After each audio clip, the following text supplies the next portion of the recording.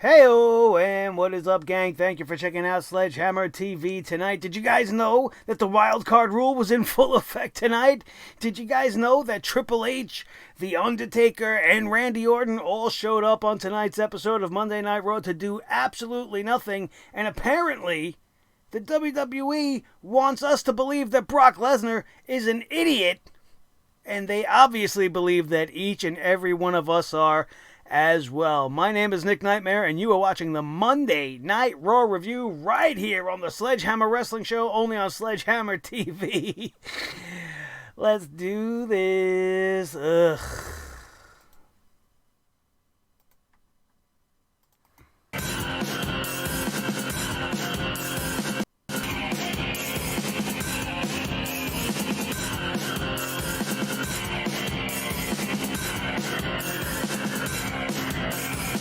Sledgehammer Wrestling Show.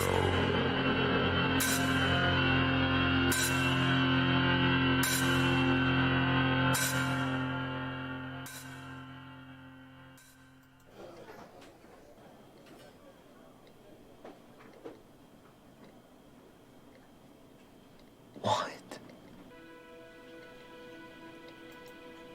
What the hell are you talking about?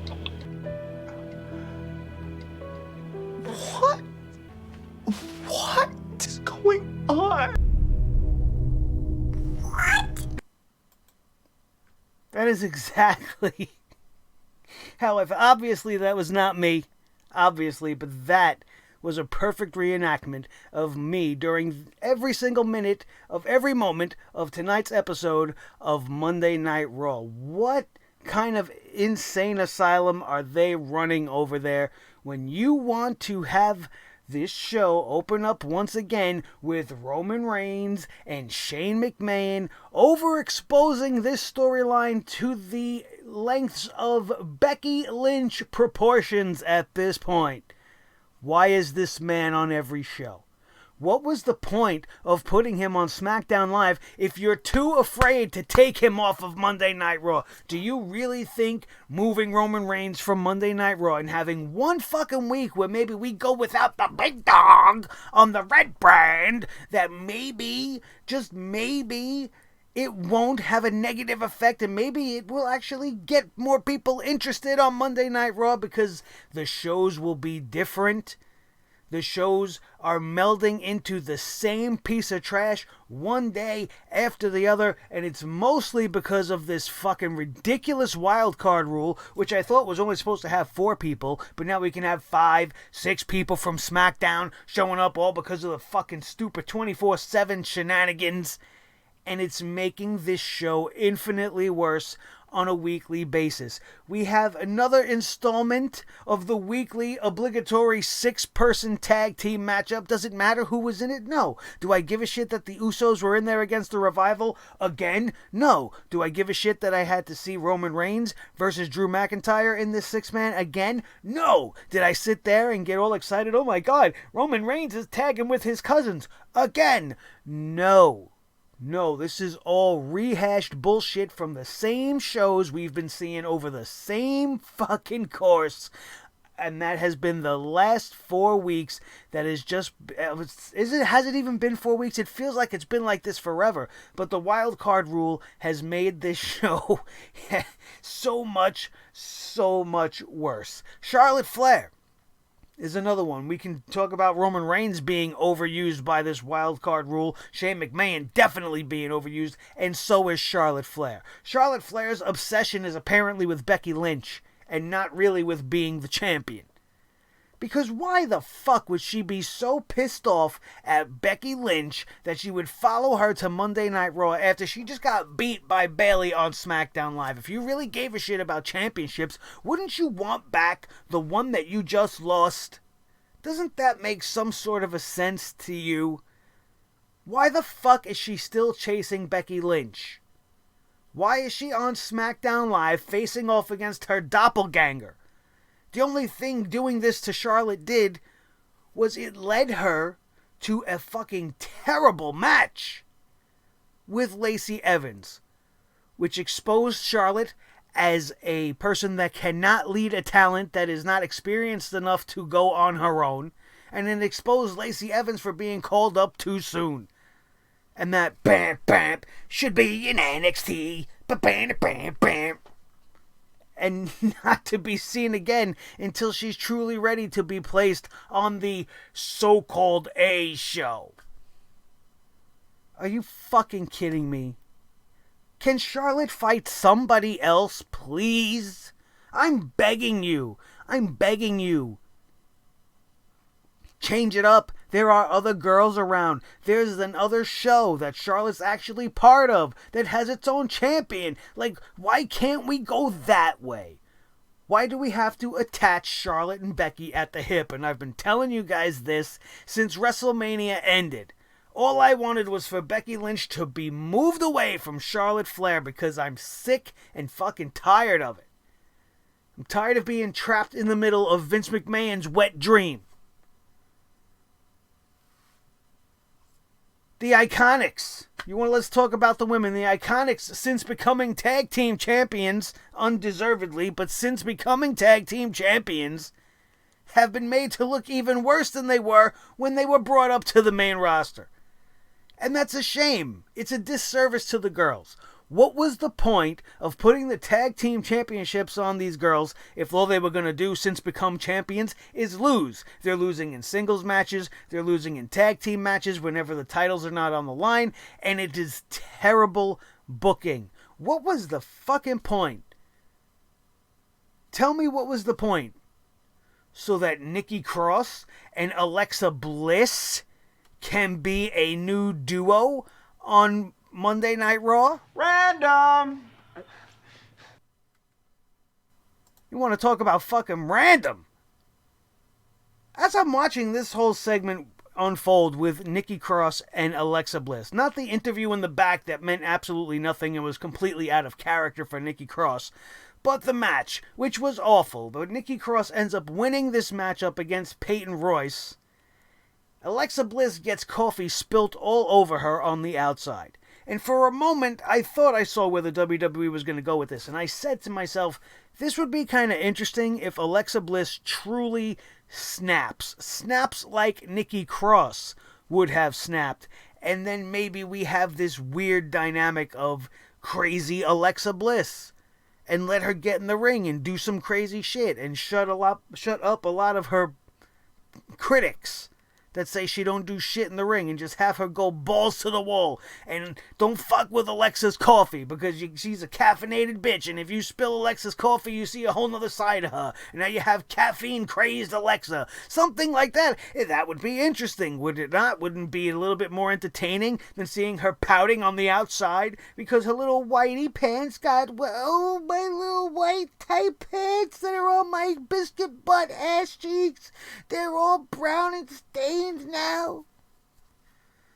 This is why she's gonna fucking get mad. That's fine. You want to trigger her off? Fine. And then you could have had the two of them just go completely insane, and that would have been cool. But instead, we just got Nikki Cross being the fucking voice of reason. Nikki Cross calming down Alexa Bliss. Hey, look, no, chill. We won. I won. Let's celebrate. What the fuck am I watching here? And now, we're just surrendering championships. We're just giving championship belts up, apparently. Rey Mysterio shows up tonight to relinquish the United States Championship. Usually when this happens, it is relinquished to somebody in the company, somewhat of an authority figure. Not that I'm looking for an authority figure, but this is usually how we go about things. And now the title would be vacated, or something like that, or there would at least be a match. Some sort of a match, even if it was just a rematch between Joe and Rey one-on-one on Monday Night Raw to decide who truly won that matchup, because that was a referee's mistake that gave Rey Mysterio the belts in the first place. Now, as far as I'm concerned, and for as long as I can remember, the referee's decision is final, is it not? So once that decision is made, if a champion relinquishes his title, it doesn't go back to the previous champion. When was the last time you remember some fucking nonsense like this happening? The only thing I can come up with was when Shawn Michaels lost his smile and he handed in the Intercontinental Championship and then they handed it to Shane Douglas for some fucking unknown reason instead of doing the same thing that I just outlined here. That's the way to go about things. Set up a match, a fatal four-way, give some other people a chance to shine and to be in a spotlight or a championship matchup. What about Ricochet and Cesaro? Why couldn't they have been inserted in the mix? Something interesting. No, instead we're just giving the title back to Joe, and now he's going to walk around like, yeah. Samoa Joe is the most wasted heel in all of professional wrestling. If they really wanted to do something interesting, I thought for a minute that Rey Mysterio, as he was telling everybody that he's going to give his title back to Joe, I thought he was going to say, I'm giving my championship to my son, Dominic. What? Whoa, boom. And then it would have all made sense why that kid was even involved in the first place. They could have had Rey give him the championship. It would have been controversial. It would have got us all talking. I probably would have hated it if it would have happened, but at the very least, it would have been something to talk about. Instead, what are we talking about? We're talking about Rey Mysterio, a legend in this business, a multiple-time champion, just up and going, all right, here you go, Joe. Here's your belt back. Does that seem like wrestling to you? No, but we could have fucking arm wrestling. Arm wrestling? What is this, a fucking 1984 Sylvester Stallone movie? I don't tune into the WWE to see arm wrestling. When was the last time they tried to pull some shit off like this? Vince McMahon versus Zach Gowen? When the crazy old fucking bastard kicked the one-legged guy's fucking leg right out from under him to win an arm wrestling match? If that's the last time I could think of a fucking arm wrestling match in the WWE. I'm sure I'm missing one, but that's gotta be the most infamous one. And if we're treading along those lines, we are not going down the right path. Fucking ridiculous. Arm wrestling. And then it's gotta be Braun Strowman versus Bobby Boring Trashley, the almighty milk dud, and I could care fucking less. I don't give a shit. I tuned out immediately. I tuned out almost as quick as I tuned out of the Roman Reigns 6-man tag at the beginning of this matchup. I really didn't give a shit about any of that. As much as I give a shit about that, I give a shit about Baron Corbin, which you guys know is a big fat fucking zero. Baron Corbin getting a shot at the fucking Universal Championship. So I didn't ask for that.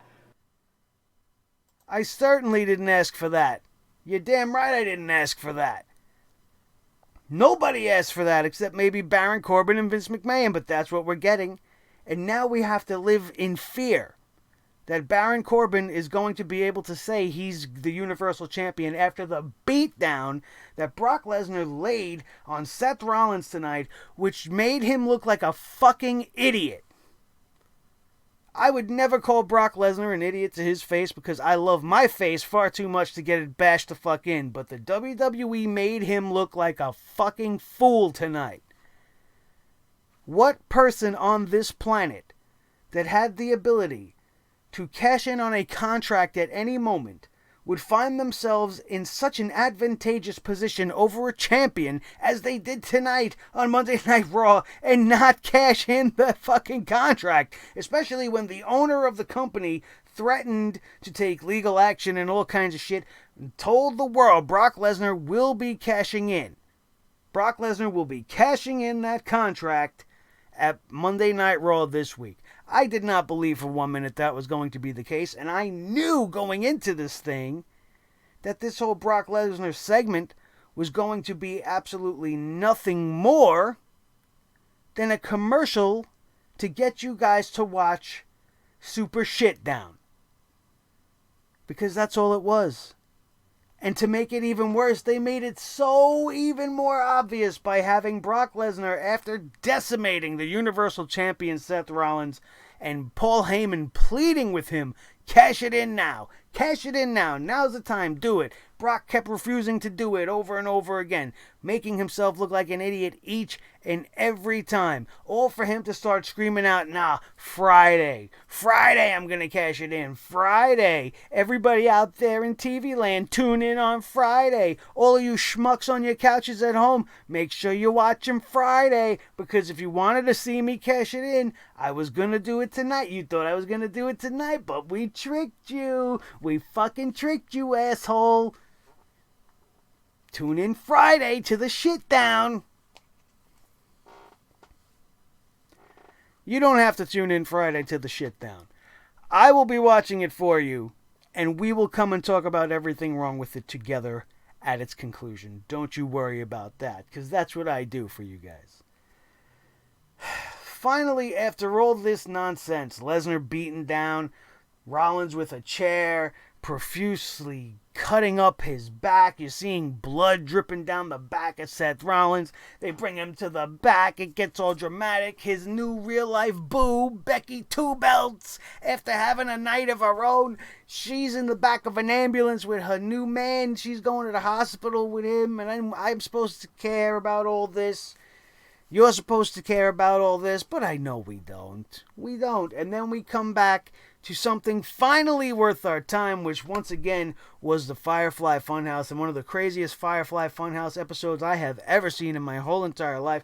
Very reminiscent of Tim and Eric's awesome show. If you guys watch Adult Swim, and if you are about my age group, you will have been exposed to the very weird and very awesome comedy of the duo known as Tim and Eric, and you cannot fucking tell me for 1 minute Bray Wyatt does not watch that show.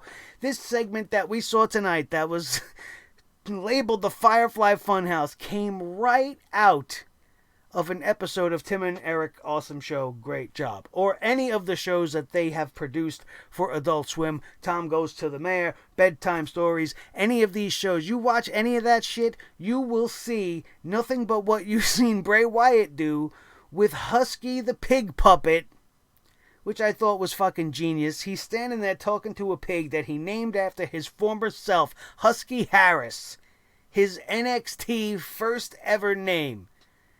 And then he had the most accurate portrayal of Vince McMahon ever on WWE TV show up. He pops out as a puppet, talking shit to Bray Wyatt, telling him, you gotta get in shape or you're gonna be, leading to say fired. But Bray Wyatt just made it time to get in shape. And it was focusing on your workout regimen. And then there was this crazy fucking song. The puppets are dancing. Vince is dancing. The background is going crazy. The music is fucking weird. And it was awesome. It was the best fucking 3 minutes of the entire show. And I enjoyed the Firefly Funhouse once again.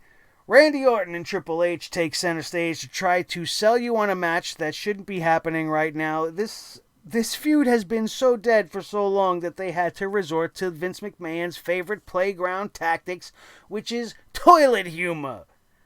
And got the biggest pop of anything. Randy Orton tells Triple H that he's going to have to get his balls out of Stephanie's purse. He's got to get his balls out of his wife's purse. This was a feud that had these two guys breaking into each other's houses, threatening each other's families, kissing wives, handcuffing people, making people bloody. This was an intense and crazy rivalry between two of the most vicious and brutal and cerebral superstars ever to step foot in the ring. And now we're talking about getting your ballies out of your wife's purse. Do you want to see Triple H versus Randy Orton on Friday? The only reason I would say yes to that question if it was asked to me is because it's probably going to be the best match on the card. And that's terrible to fucking say. But 15, 20 years in the making, this match. These guys haven't crossed paths in at least a decade. And it's doing nothing but wasting everybody's time. 3 times in the last 3 weeks, we get Ricochet versus Cesaro. And my fears about this feud, just as we said last week, have quickly come to pass, as this is becoming a best of 7 series. Or a best of 100. I don't know. I guess they're just going to make these guys go out there and wrestle on every single show.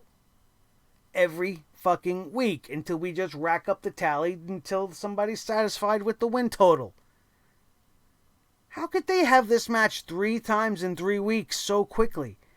Not allowing for any room to breathe. Not building any story between the lines. Just putting them out one after the other. Boom, boom, boom. They're burning through this feud. Burning through it. And you can tell because tonight's matchup was full of a lot of the same spots that got us to say, wow, that was a fucking good match for the last 2 times we've seen it.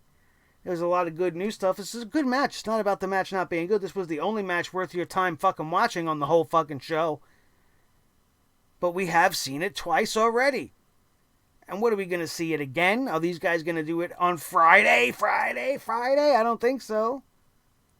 Not to my knowledge, and I certainly hope not. We don't need to. We've seen it 3 times this week already. Get over it. Do something else. Are you really that brain dead with how to book professional wrestling that you can think of nothing else? I gave you guys ideas last week. Backstage attacks. Just do straight up promos. Why couldn't we just have the promo between fucking Ricochet and Cesaro? And that could have been their contribution to tonight's show, and that's it. Give us a break this week. Have an altercation backstage at SmackDown Live tomorrow, since everybody's a fucking wild card nowadays. And lead into the next match. Just do fucking rematch after rematch after rematch. At some point, when are you gonna fucking call it quits? It's terrible that they are doing this to these guys. Oh, but they're so good. The match was good. Of course it was. But where are they going to go from here? They're not even fighting for championship or something of that nature. Is this going to elevate somebody to the next level? It's getting Ricochet some exposure. Cesaro is a solid talent. He's always been a AAA talent in my book. But is this the best way to go about using them? 50-50 booking, just trading wins and losses back and forth every week? That's not what we want in pro wrestling. We want a story to be happening. We want something to be developing. That's the TV aspect you guys are lacking. It's not comedy. It's the drama. It's the meaning behind the wrestling. Because you could put any 2 fucking assholes in the ring that know how to wrestle and they'll put on a great show. That's what happened at Double or Nothing for the most part. There were no stories behind any of those matchups with the exception of Cody and Dustin and Omega and Jericho. The rest of that card was full of matches that were completely Random! Just randomly made up. Very good is not about the quality of the matches. They were good, but imagine how much better they would be if you actually gave a shit about the reasons why these guys were fighting. The 24/7 fucking nonsense continues to get time on television. You didn't have Sami Zayn on tonight. You gave him a little heavy mini push, but now you just threw him off the fucking show this evening. Or what was he going to do, something personal and he's not around? I don't know. Not that he would have made an overall difference to the show, but he'll probably show up tomorrow night on SmackDown Live since he's a new guy from Monday Night Raw. Wild card, baby! Fuck this show. Then the Undertaker shows up to tell fucking Bill Goldberg he's next. He's next what? He's next in line backstage at Vince McMahon's office to collect his fucking sweet Saudi paycheck? He's standing in number 2 in line behind the Undertaker? Is the Undertaker even first in line? Is he waiting too? Is the Undertaker waiting to be next? Because Triple H and Randy probably gotta go first. Give me some of that sweet cash, boss. We're gonna go out and have 2 fucking useless matches that should have happened 20 years ago. All 4 of us. Give us that cash. What a fucking waste of my night. 3 hours to get to the Undertaker. He took almost 3 hours to come out on his entrance to say literally nothing. You're trying to sell us on a fucking match that you don't care about. On a match that I don't care about. On a match that I don't know if I would have even cared about if it were booked 20 years ago. because they probably wouldn't have done that correctly either. And that's it, man. That's all you need to know about tonight's fucking Monday Night Raw. Anything that I might have missed, you could fill in the gaps. Make something up. Make something up, because it's probably better than anything that they fucking gave to us tonight on Monday Night Raw. This company and this show continues to just be an embarrassment. A complete and total, utter embarrassment. It is an eyesore of professional wrestling at this point. I don't know what's going to cause the change. They have absolutely no fire underneath them to do anything different at all. They are literally giving us the same exact show over and over and over again. And I am tired of coming out here and sitting here and giving you guys the same complaints. But that's what they give me to tell you. They have me sit here and complain about fucking Roman Reigns.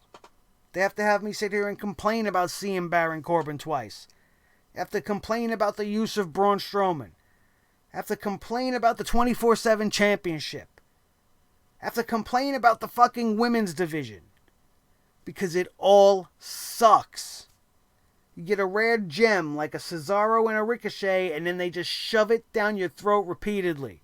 And I feel like they do it on purpose just to shut you up. Alright, they like this. Let's hurry up and do this and get this over with, because I got my own ideas, because I'm a fucking genius. Ha ha ha ha! And it is not lost on me that I started doing that fucking Demon Vince, and now all of a sudden there's a Demon Vince on the Firefly Funhouse. Not that I think Bray Wyatt's watching my stuff and stealing my shit. I'm just saying, I had puppets on my show. All of a sudden Bray Wyatt's got puppets. I start doing Evil Vince and some fucking crazy Vince voice. Now Bray Wyatt's got an Evil Vince puppet with a fucking Vince voice. His was better because he put the fucking horns on his head.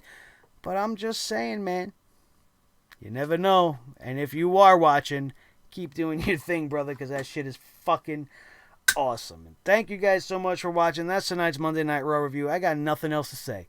I have nothing else to say about this fucking piece of trash show. We went through every single thing that was wrong with this show, and that is the reason why we are here, and that is what we do, and that is why you keep coming back to your new favorite wrestling show on all of YouTube, the Sledgehammer Wrestling Show, only on Sledgehammer TV, right here on YouTube.com. My name is Nick Nightmare. This is the team Thor the Sledgehammer, the official Sledgehammer of the Sledgehammer Wrestling Show. His tag team partner, the World Heavyweight Champion of all the microphones in all the world, Mr. Blue, the Snowball. The most important member of the team, as always, is each and every one of you angry sledgeheads who sit and suffer through this bullshit with me every single week. I can't thank you enough for being part of my very, very awesome and growing by the day Sledgehammer TV family. It means so much to me, and I love hearing what you guys have to say, especially when it's time for you to bring your hammer down on Monday Night Raw, which you can do in the comments section down below. Light it up, because tonight's got a nice amount of topics for you guys to swing your hammers on, and I want to hear from each and every one of you. Don't forget to smash that like button if you enjoyed anything we said or did here on today's episode. And then, as always, share this video with each and every one of your wrestling buddies all over the wrestling world, especially if they need somewhere to go to process just how fucking terrible this show was. Maybe they don't understand why the show is so bad. Now you have a place to go to have them understand exactly why that is. And then you yourself can hit that subscribe button and join the over 1,500 plus that know when you want your professional wrestling and entertainment news bullshit free and full of fun and excitement and truth and justice. Sledgehammer TV is the place to be. That, my friends, is going to do it, and we are out of here, and we will see you tomorrow night for SmackDown Live right here on your new favorite wrestling show, the Sledgehammer Wrestling Show, only on Sledgehammer TV, right here on YouTube.com. I didn't ask for that.